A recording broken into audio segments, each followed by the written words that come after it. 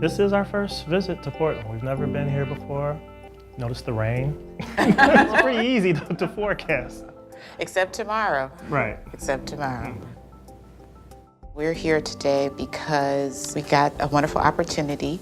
It was in collaboration with Fertility magazine and Oregon Reproductive Medicine. We're going through the process, establishing a donor, doing some genomic screening, and then also doing some IVF. And so we are very, very excited about the possibilities. And we loved our percentages, so we were happy about that too. We met at the club. My husband has always been a performer, and I have as well. He was performing that night, and I was an observer in the audience. And I thought he did a great job. So at the end, I had to tell him he did a great job. I saw her at the ATM as I was driving by, and I'm like, that's who said something to me at the show.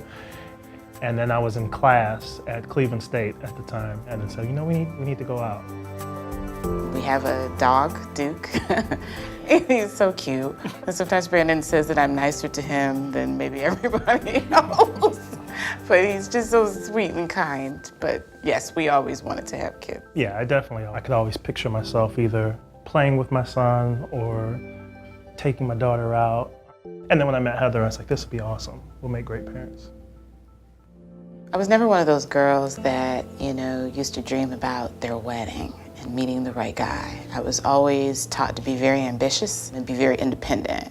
But when I met Brandon, it was very natural, and it was one of the first things that we talked about was wanting to have children. We started trying to have kids a couple years after we got married. Just wasn't going well. Months and years went by and still nothing happened. And so then I got into my Heather mode, and then I'm just like, I'm figuring it out. We're gonna find out a way. Then we were able to try our first round. And it went okay. It wasn't our best time. It was very stressful. We were unsuccessful, unfortunately.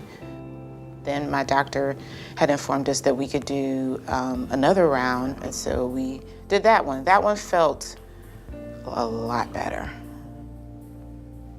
And then it came back, and it was devastating. The biggest challenge for me was seeing the frustration in my wife, because I had gotten to a point where it was like, you know what? I got an awesome family, an awesome wife. If it doesn't happen, I made peace with it.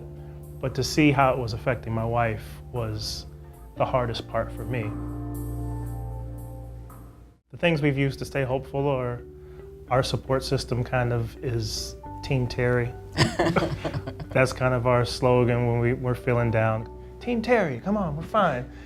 But we have an awesome support system in our family too. They're very understanding. We've done IVF before, so I think we have some idea of the process. I'm looking through all the donors, and nobody looks like me. Well, no one really looks like you. Oh, thanks, but nobody looks like me, and so I was worried, And it's not to say that there's anything wrong with having a baby that doesn't look like you, but I also wanted the child to have the experience of feeling like they saw themselves in us. Jenna called me, and she said, oh, there's someone that's just signed up. And I cried. I was on the phone. I was so excited. It was awesome. It was an awesome experience to try to find someone who looks like you. My first Skype with Dr. Barbarieri was wonderful. The professionalism, the idea that everybody's been very transparent about next steps and what they look like, consistent and in agreement with what we wanted to do moving forward. We're just excited about the possibilities. We're staying on the optimistic side of things and living in faith.